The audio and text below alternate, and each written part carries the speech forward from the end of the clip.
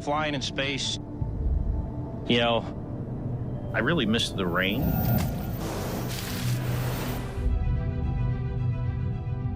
The sound of rain and the rain hitting you when you're walking outside. In 2 months, Scott Kelly will begin a year-long stay in space.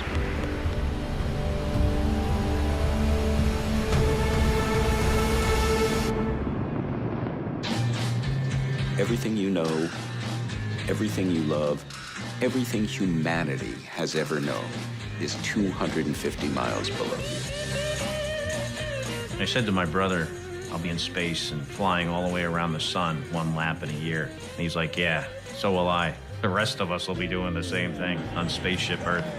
It's just such a different thing when there's someone you know and someone you love right there at the pointy tip of that rocket. I'd like to wish you good luck on your trip. I love you, Daddy. A lot can happen in a year. The unmanned rocket bound for the station with much-needed food and supplies exploding. Yeah, it seems like I've been up here for a long time already. Scott Kelly is going to do what no American has ever done before: spend an unbroken year in space. Oh, man.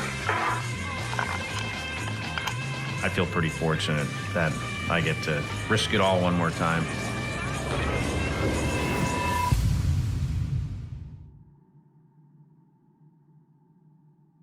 A Year in Space was made possible in part by contributions to your PBS station from viewers like you. Thank you.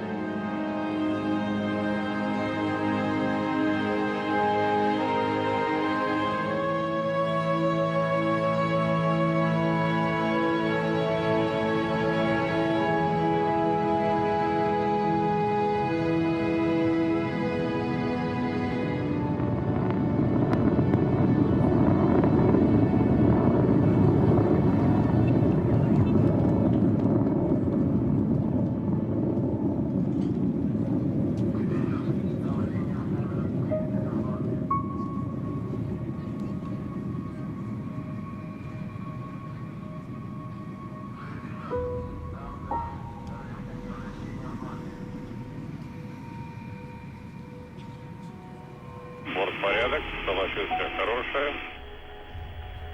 20 секунд. Двигатели первой и второй ступени работают нормально. Принято на борту порядок. Все работает штаб. Самочувствие хорошее. I used to have a nightmare when I was a kid where I was on the rocket launching to the moon and something bad happened.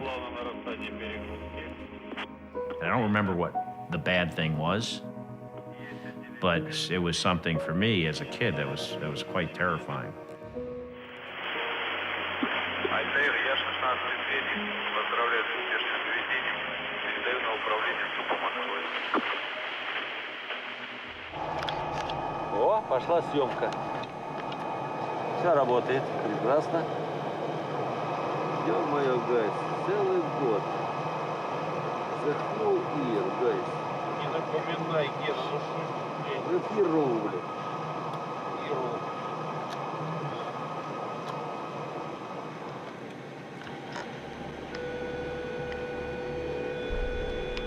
Миша, что там такое? Миша! Так, подожди. Приготовься к движению. Миш, вы уже это сделали, я же вернулся, мой друг. Все, виноват. Красиво идем. Да. Не сглазить бы. It's pretty remarkable to see this pinprick of light over the course of hours eventually become this space station that's the size of a football field. Так, Скотт, ты готов, мой друг? Да. Так, и поехали, Скотт, открывай. Открывай.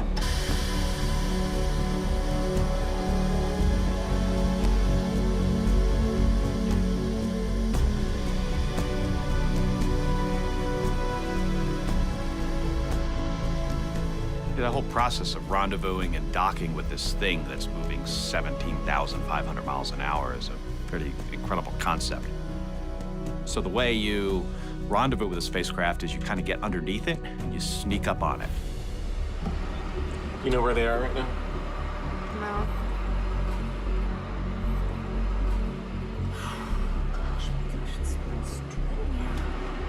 Ultimately, you have to fly within a couple of inches to get these two things to come together.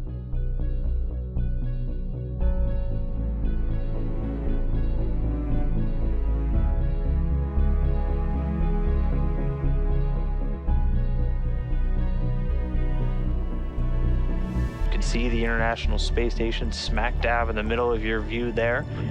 Soyuz craft in view from the International Space Station on its final approach toward the hoist module. At the end, you know, there's no computers helping you anymore. The commander has to manually fly this thing. 45 meters, 0.19 meters per second. Soyuz continuing to close in. You're just looking out the window and using your skills as a pilot, and you've got to be accurate within about 2 inches.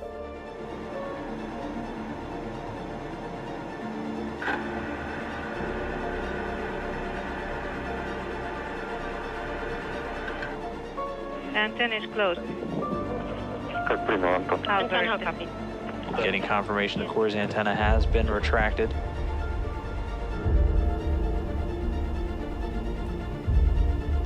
We'll be standing by for docking confirmation under 10 meters away.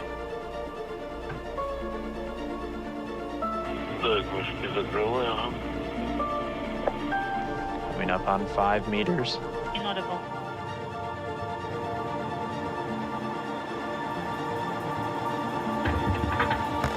Contact.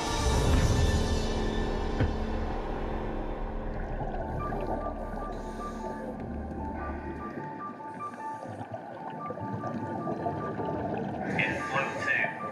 Let me know if you're good to stay in for another hour. I've been doing risky things since I was a little kid. I think it's part of my genetics. Yeah, I'm kind of surprised I've made it this far, actually. Well, I've been training for this one-year mission for over 2 years. Hey, I got my safety tether hooked up. This being my second time flying a long-duration flight, the training's going well. But you know, a year is a long time. A lot can happen in a year.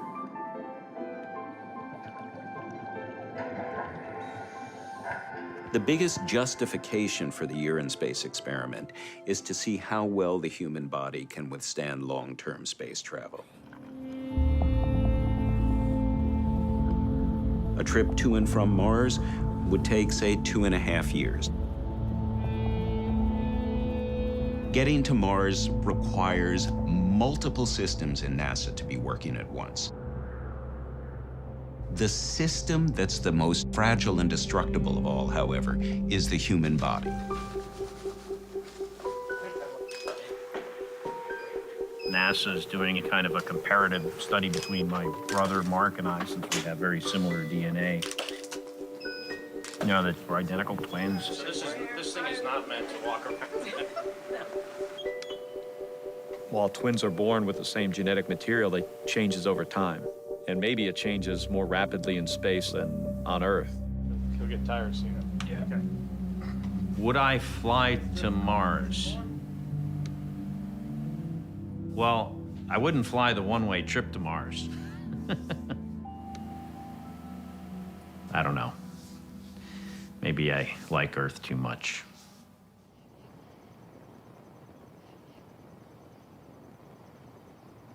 Yeah, but what you miss is the people and then the weather.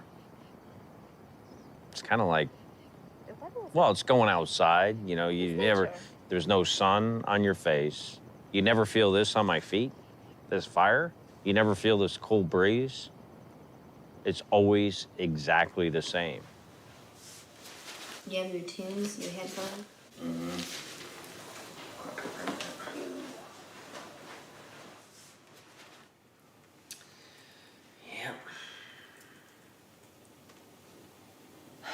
What did you say this morning that was funny? And I told you don't say that yet. What were we talking about? I said you said when you said goodbye, bed. Goodbye, bed. Goodbye, bed. I'm gonna miss your silky smoothness. Can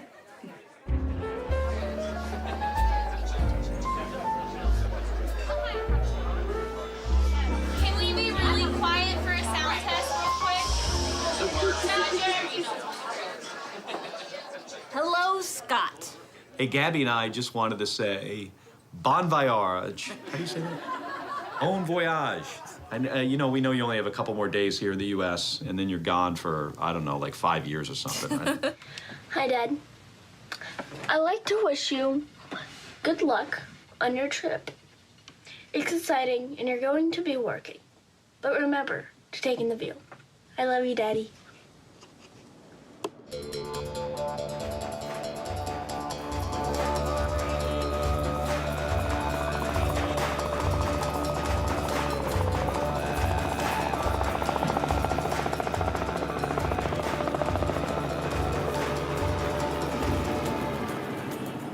Ever since the shuttle stood down, the U.S. has no way to get astronauts into space. Baikonur is the only way you can get out of town if what you're talking about is getting off the Earth.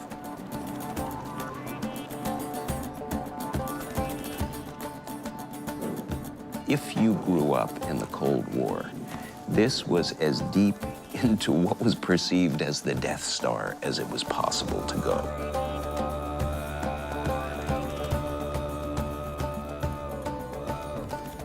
Was the place that gave us the Soviet dominance of the high ground of space, and it scared the daylights out of us. You may fly when ready.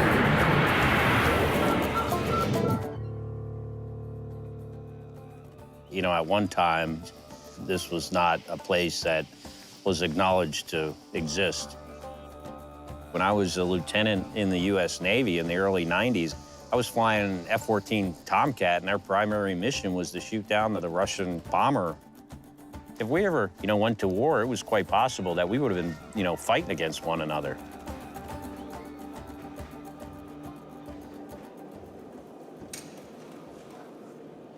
The Soyuz, the word in Russian stands for union, and we train in this one sometimes.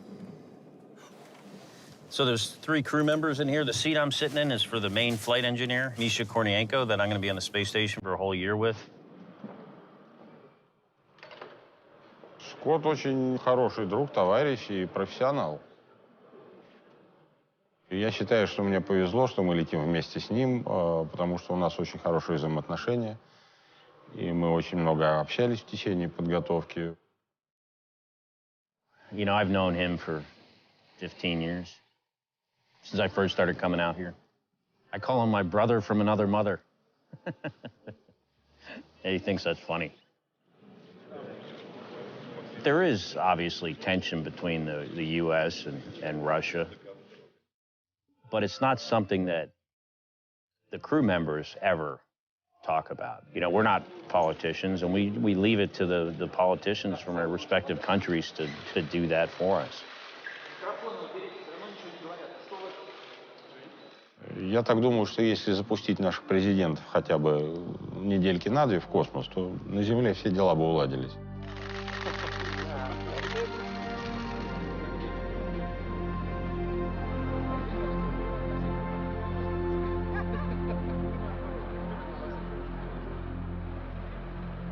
Preparing to go to space, especially for a year, is an exercise in serial leave-taking. You go from your home to Russia, to the hermetically sealed environment of your spacecraft, until finally you go to orbit. Step by step, you decouple from what's familiar on Earth. Step by step, you decouple from the world you know.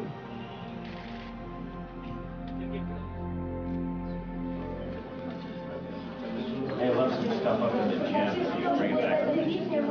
A couple shirts. I'll be watching live. I was asking him, I'm like, are the nerves getting to you? Are you getting excited? And he's like, if I'm nervous, it's not for the launch, it's for being away for a year, being away from you and your sister and Amiko and my brother for a year. Sadness. He's got his eyes on you, too. Missed it all. Here they come.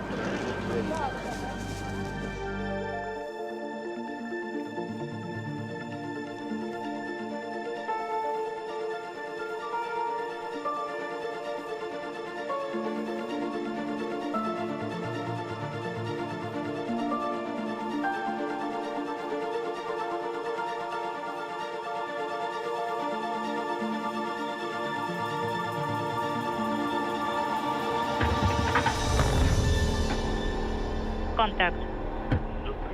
Everything is fine. And contact and capture confirmed. The one-year crew has arrived. Начало года положено! Привет, мой друг. Привет. Давай, Мика, давай, привет. Good, man. You all got it. So much. Wait, you got you right on time. All crew members now aboard the International Space Station.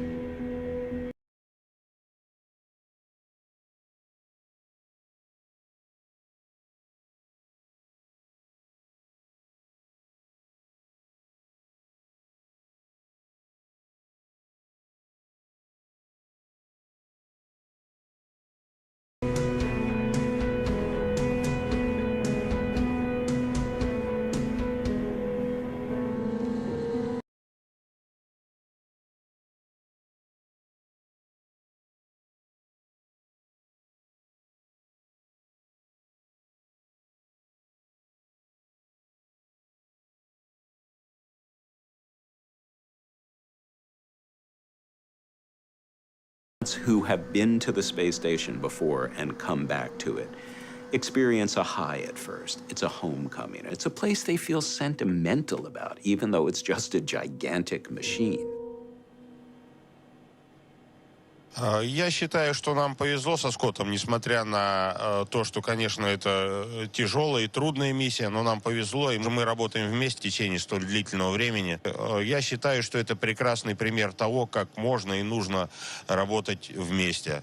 Это замечательно. Scott, good morning. Good morning to you. I'm not sure where you are. You might be in Los Angeles, but greetings to you there in the U.S.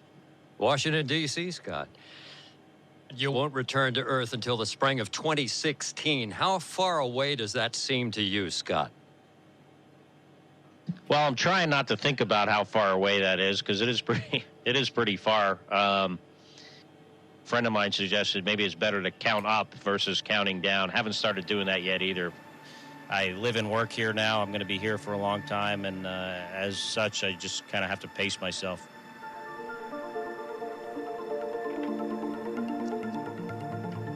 It was interesting seeing how the space station, by and large, does not look like it aged 4 years since I was here last. You know, I often try to describe what this space station is like and the engineering miracle that it is. It's one of the most complicated things that we as humans have ever built. Sorry. It's 1 million pounds, over the size of a football field.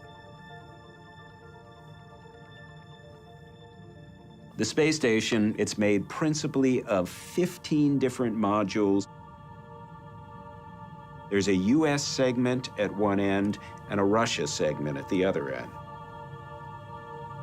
But it's all part of a single integrated whole. Any words for the camera? The personnel aboard the space station is an always changing thing. 3 new people come up, 3 existing people will go down.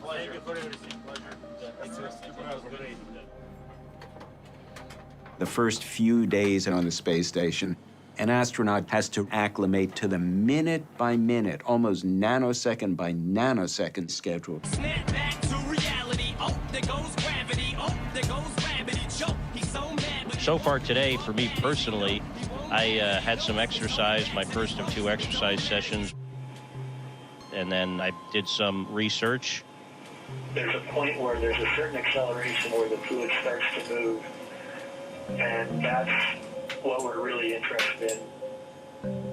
While I'm here, we'll do over 400 different experiments. The pace of work at times can be hectic. We're operators of the equipment. You got a hunter. Okay, sweet. We're the housekeeper, the person that cleans the place. What are you doing there, Terry? I'm working on AC. Sometimes you're fixing things. Sometimes your days might be devoted to a lot of science. Yeah, we like that plan moving forward, Scott. This morning I was doing an experiment called Spheres that uses these small satellites and control algorithms that, try to understand how to control satellites in space.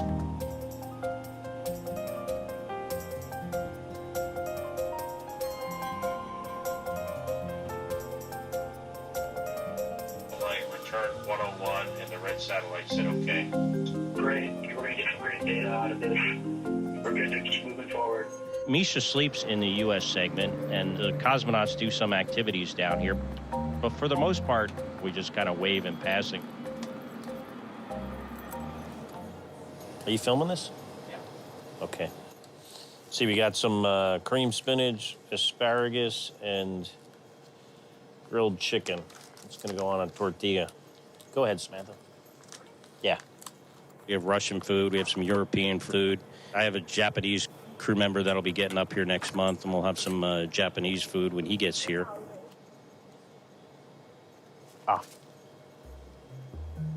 Can't let the little droplets get too far.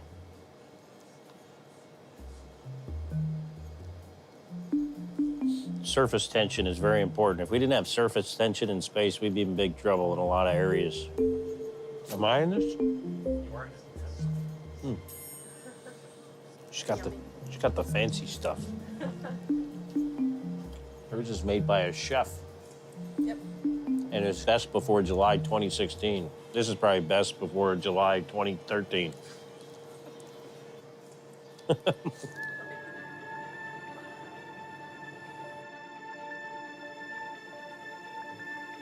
Stuff.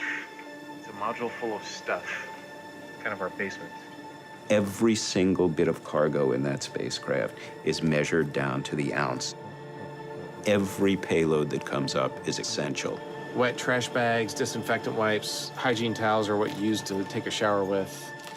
I need a washcloth. You get one a week. Come in here and grab a washcloth.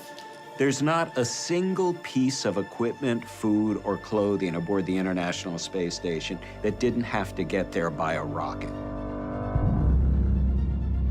You don't know what's going to happen until that rocket takes off.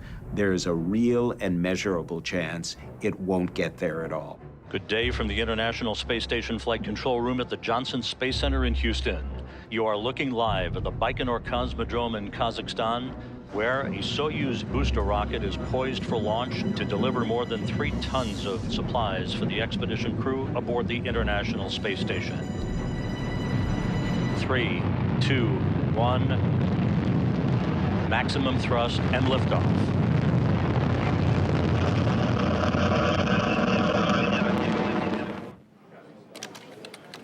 Okay. Profile. The flight of the Progress 59, the launch and ascent and climb to orbit all was nominal, but a series of telemetry problems were detected, and no docking attempt will be made. Initially, we were hopeful that, the Russian Space Agency was going to be able to figure out the problem and then, get that resupply ship here. But we plan for these kind of failures. There are extra supplies aboard the International Space Station. Losing one spacecraft, isn't, it's a big deal, but it's not the end of the world. Суп Москвы, ответьте МКС ВОЗ-1. That was a Russian ship, so most of the equipment was for them, most of the food was for them, so we've been sharing as much as we can. One issue, though, is fresh food. Very cold. We don't have things that are fresh very often. It's only when we get a resupply ship, and that stuff doesn't last very long, so we really look forward to that. We have to keep pressing forward with you know, the resources we have, and that's what we're doing here on board the space station.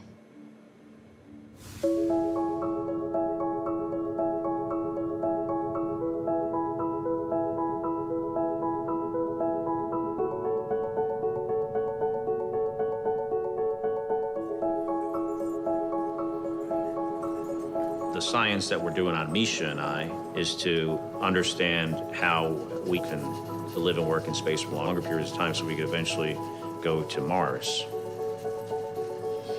You've been in space a long time. Can you try stuff like this?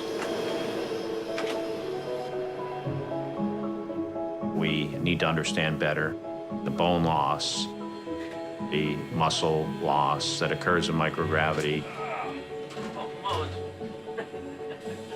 I will make it down to the end one of these days. You know, sometimes I think I feel completely normal, but then the next day I think, you know, I don't. И немножко гимнастики. И можем даже на одной руке. А вам слабо?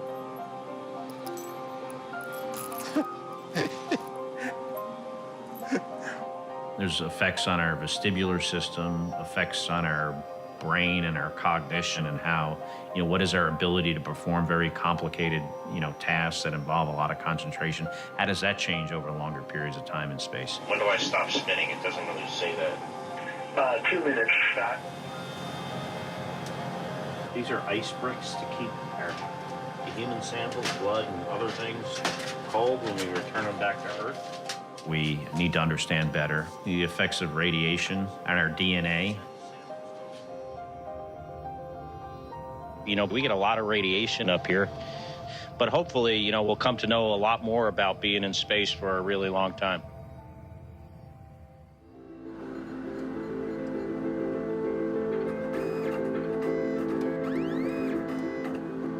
The thing that I worry about, and I think my brother probably thinks about, what's the radiation dose? What's the impact of that over the next 40 years? I mean, is that going to result in him getting some kind of cancer? It's the big unknown. But that's a choice he made, you know, to further science, to further our space program. I wouldn't normally do this, but the fact that my brother, oh, this is new. All right, you're gonna have to give me a little lesson. Push very firmly with the thumb on the plunger to activate the needle shield. Okay. The stuff that involves my brother is, in most cases, genetic-based, so it's samples, blood, urine, other samples that we, our bodies give off. You got a little alcohol swab?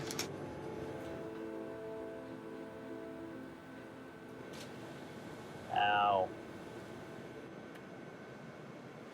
Done. If you don't mind, I mean, I'll jump right in. We've gotten a lot of questions over the last week, obviously in the wake of the loss of the cargo vehicle. How are the supply levels looking for you guys on board the International Space Station? I'm still consciously thinking about, you know, maybe using all the food we have, water, definitely thinking about that. You know, of course, if we had any further delays in our resupplies, then, you know, we'd have some issues. 5, 4, 3, 2, 1. Ignition sequence start. And liftoff of the SpaceX Falcon 9 rocket. T+2 minutes. Altitude 32 kilometers. Speed 1 kilometer per second. Downrange distance 13 kilometers.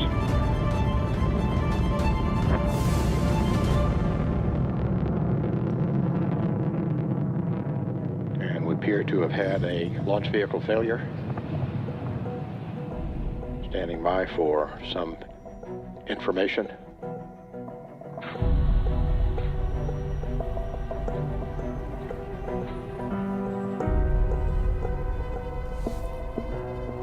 That was a big deal for a number of reasons. We lost all the food and the supplies. So now the crew members get into the position of really having to start to think about, you know, we're getting to the point where we might have to start rationing our food. Cream spinach. Scott's now been in space for 3 months. A cloud of cream spinach. And already he's been aboard for 2 disasters. Either Scott's mission is badly snake bit, or this was just two unrelated bits of bad luck. Either way, he's now flying on a undersupplied space station, and he has to be aboard for 9 more months. Station Houston on 2 for Scott with regard to late notice conjunction. You go ahead on 2, Jay. Scott, we wanted to sync up with you and the entire crew here, but we'll get you what we have at the moment in preparation for you closing hatches. Earlier this morning, there was a late notification of a possible conjunction with a piece of space debris identified as an old Russian satellite. Ever since the first satellite launched in 1957, we've been leaving junk in space. There's now a massive debris belt circling the Earth, made up of millions of particles of various sizes. NASA tracks the bigger ones, the most dangerous ones, and is always alert to when one might be threatening the space station. You think the getting there and the coming back are the most dangerous parts, and intuitively it feels like it is. Statistically, for him, the most dangerous part is while he's in space. When you're in space for a year, the risk of having a fire on board or an ammonia leak or having orbital debris hitting the space station, that's the highest risk. The space station is fragile. If it did get hit with something going really fast, very large, it could do some damage.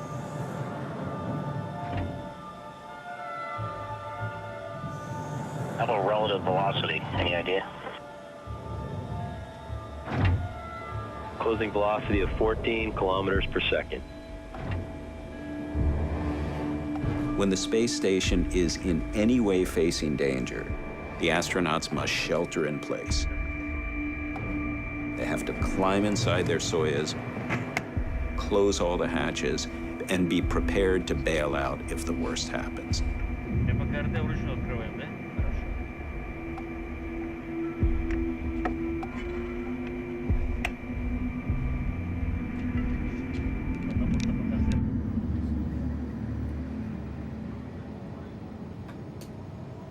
Flight controllers standing by here in Mission Control. Just 30 seconds to go until the time of closest approach. 1 second.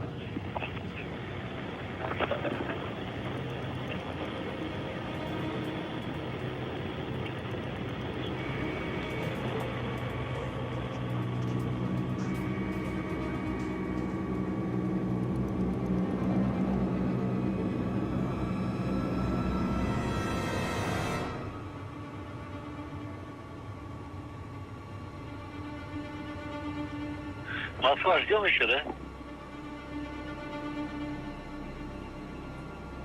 Александр Иванович, ну все, момент прошел, выходи. Принято. Выходим.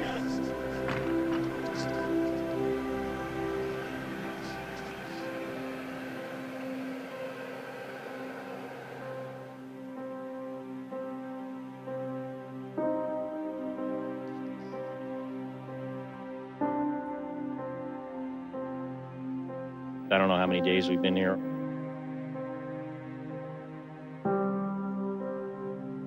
There's a sense of like a loss of freedom, and you definitely get a sense that, you know, you're here and you're not leaving for a long time.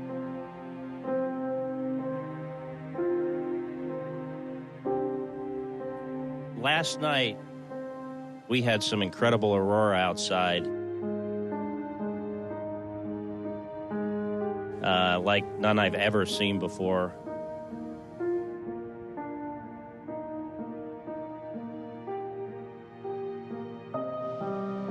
So, you know, what's Earth? I kind of forgot what it's like to live down there, it seems like. Yeah, and I'm being sincere.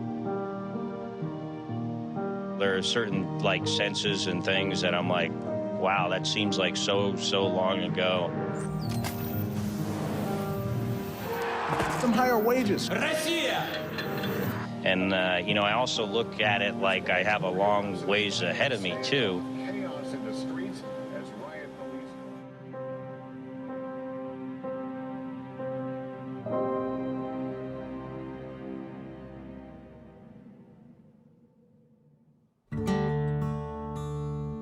I wake up thinking about him. I go to bed thinking about him.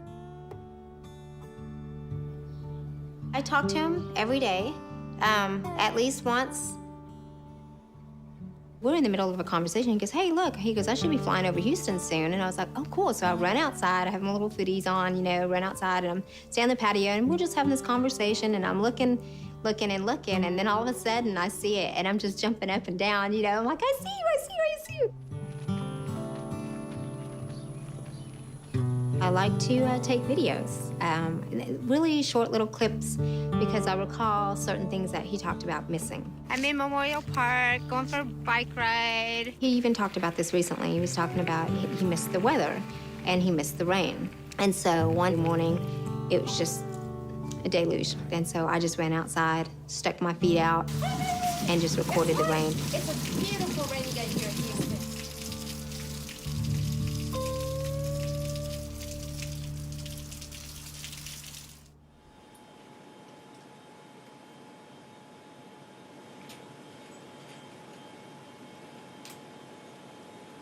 Station, this is Houston. Are you ready for the event? We are ready for the event.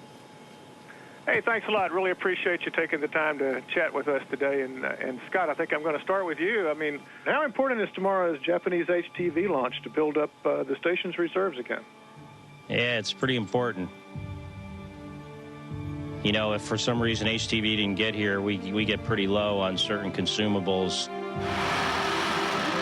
So it is a very important launch for us coming up. We had a liftoff of the HTV launch vehicle number 5 at 8:49 p.m. on August 19, 2015, Japan Standard Time.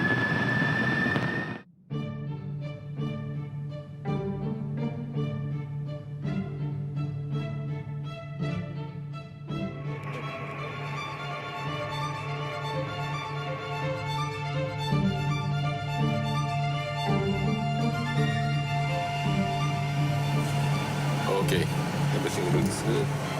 The light is essentially centered on the circle, and the circle is essentially centered on the corridor center. Our capture prep is confirmed, and we are ready for HTV capture.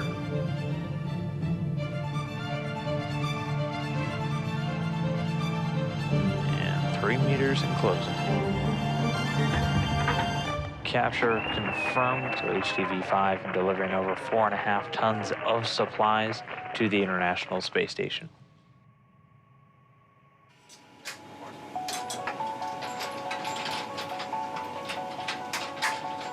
Space has its own unique smell.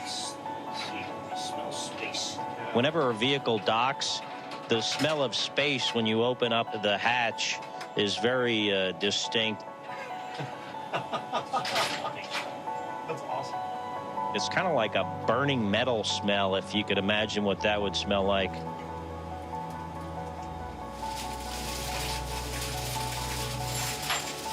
P106 to J106 on the Node 2 side. Node 2 side first. Yeah. Surely this one's saying like... We just got the new supplies, and it really helped with regards to our provisioning. Oh.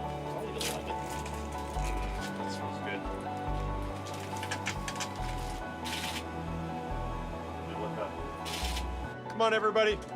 Столь длительного времени. Достаточный срок, чтобы так соскучиться по земле. Иногда вдруг кажется, что я чувствую запах березового леса.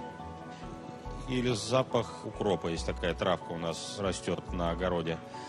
Вот такие интересные запахи, они иногда кажутся, что я их чувствую. Такой очень интересный эффект бывает. So I've been craving a corned beef and cabbage sandwich from the Carnegie Deli. Have you been to that New York pizza place down in...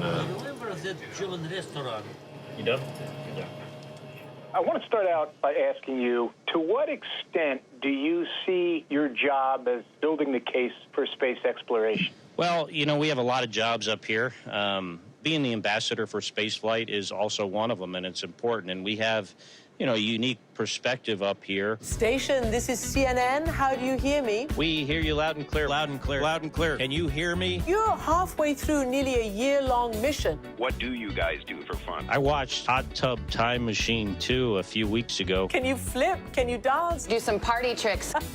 It's like I'm an astronaut right now. Happy Halloween. Good evening, Yanni. Hey, Mr. Kelly. Hi, Scott. Hello, Scott. What features are important on an astronaut's watch? Congratulations to you. How are you feeling generally? Yes, sir, I'm feeling great. Shouldn't be a problem getting to the end with enough energy and enthusiasm to complete the job. Yeah, there's a window right here that looks right down on the Earth. It's actually open now. It's dark. Not sure exactly where we are, but you definitely feel like you're here, and everyone else and everything that you care about and love and, you know, is important to you is down there.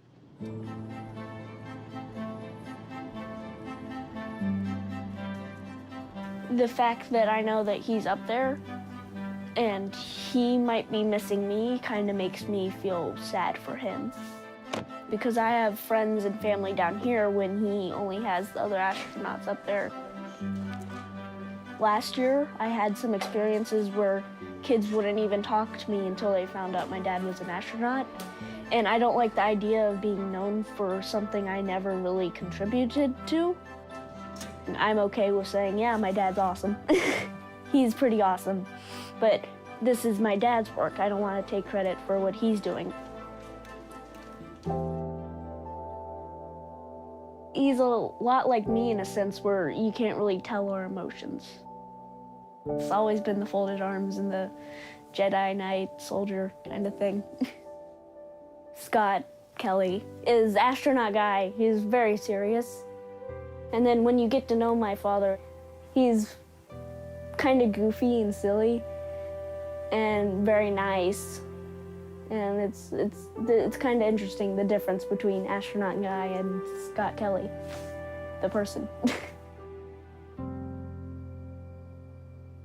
You know, having this vantage point from space, we can, you know, see the effects of our presence on Earth.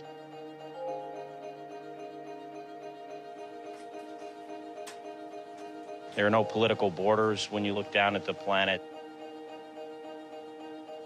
So it does look like we are all part of one big team.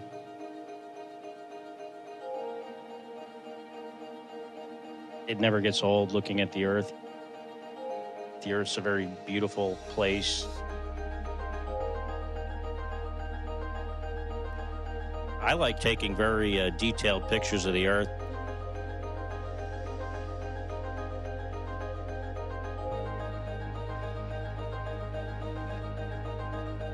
For me, it's somewhat of a challenge to figure out something I want to get a picture of and have the timing all work out and get a really good shot.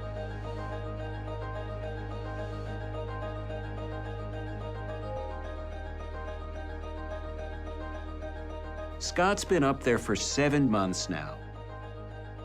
Coming home is still so far away that you can't begin looking forward to it. It's those critical months, months 7, 8, and 9, that if you're going to find that your performance has slacked off and that your mood has taken a nosedive, that's when it's going to happen. I'll continue to turn these, but I've turned them, I don't know, 100 times, pushing on the bolt. They all seem to behave the same way. The work we do takes a lot of concentration. Okay, I think I see the problem here. The stowage note calls out for 5:30 seconds hex. Oh, okay, I see it. Never mind. You know, for me, the hardest thing has been trying to manage that level of fatigue. So when I get to the end of this, I have, you know, as much in the tank as I did in the beginning. If I was to go to sleep right now, I might be watching a movie or something. Obviously, to turn these lights out.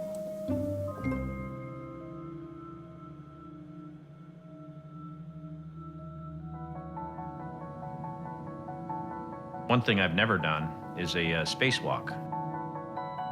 I'm kind of curious to see how I'll feel when we open the hatch.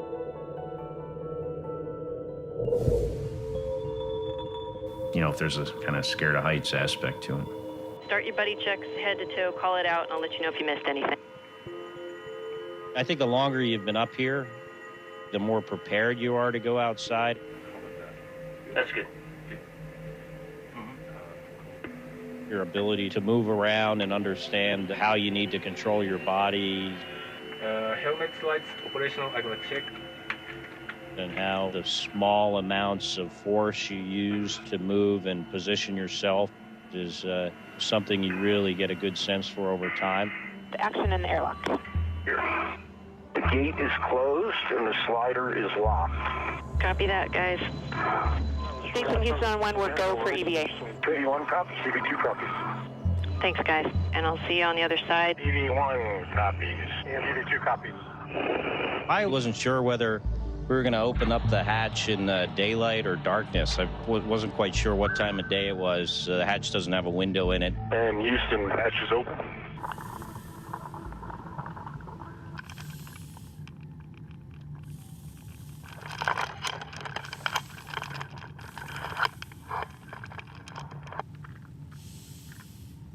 You're looking through one pane of glass that the helmet visor is, and your face is kind of up in the visor, so your field of view is much greater. It is just a completely different level of color and brilliance than we see here looking out the windows. Oh, man. Untie that wire tie, just one twist. And then working the bag straps one at a time, take out that portion of the cable that you need. We're going to run a bunch of cables that will allow for commercial crew vehicles to someday dock with the space station.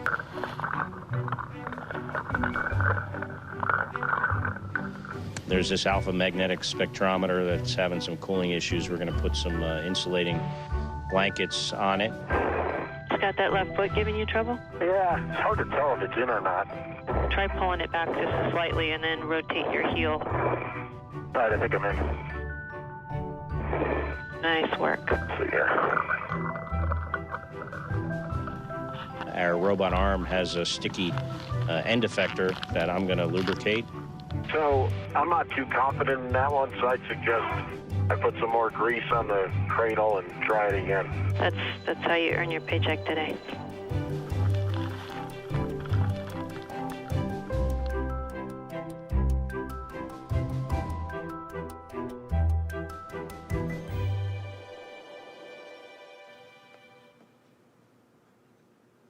Hey, so how was school today? It was good. What else is going on? Nothing really, just doing Spanish homework, and after that I'm gonna do math. Hey, so you still want the same stuff for Christmas? What is the same stuff? Same stuff you always want. Money? Have you gotten your Christmas presents yet? You did. I thank you for the t-shirt. You're welcome. Appreciate that. I think I put like a bell in there. That was like #1 dad. Got the bell and the card, too. Yeah. Yeah. My third Christmas in space. Well, Merry Christmas.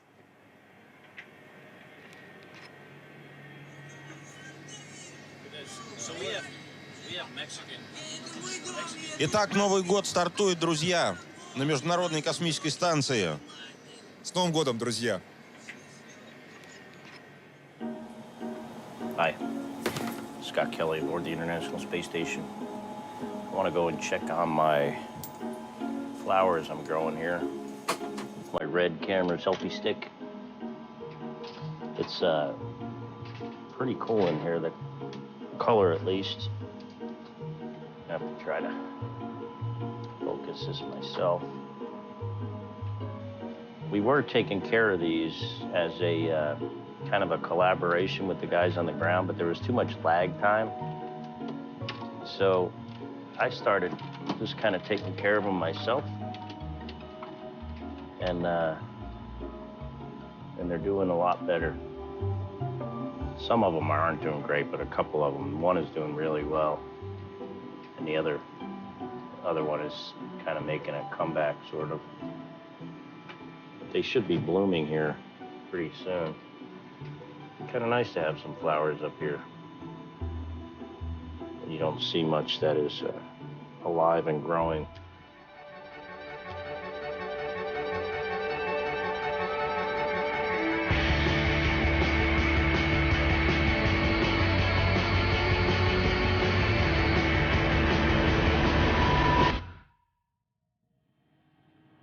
You know, for a long time I was counting up.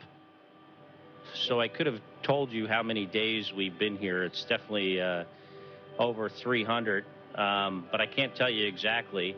I can tell you there are 26 days left, but that's mostly because my friend Misha here keeps reminding me how many days we have left.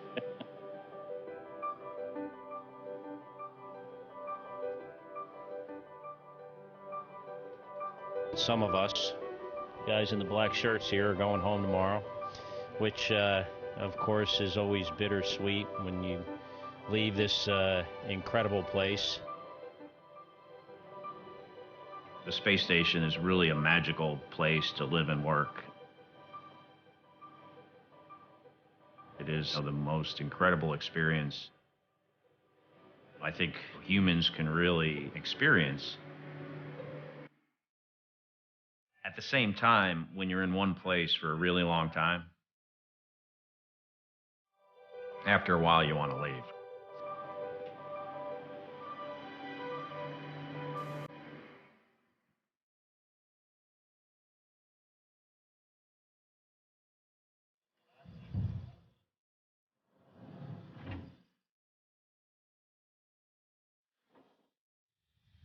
And undocking has occurred. Mikhail Kornienko, Scott Kelly, Sergei Volkov on their way home. R7, command is being issued.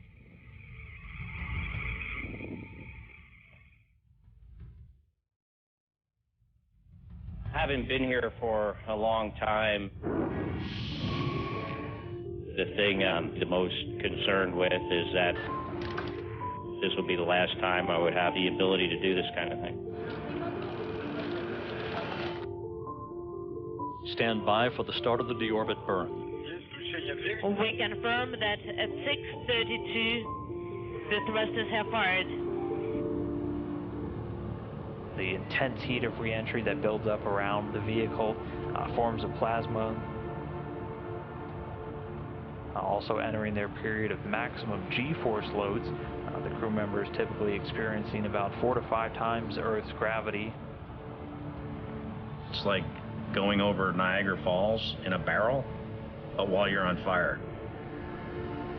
And as soon as you realize you're not going to die, it's the most fun you've ever had.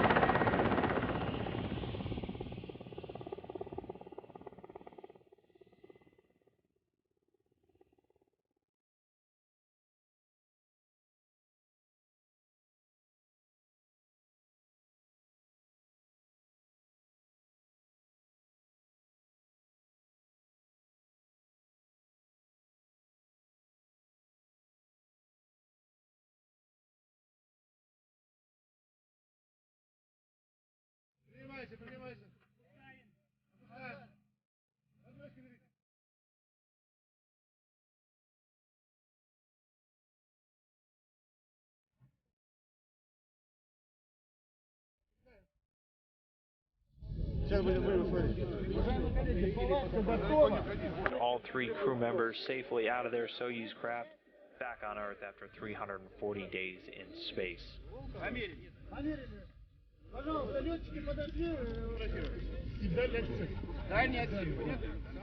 see you tomorrow, okay?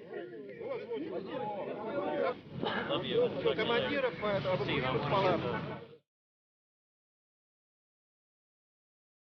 Learning to live and work in space. I think that's our future. One of the great things about having the privilege to be able to fly in space is being part of something that you feel is larger than yourself.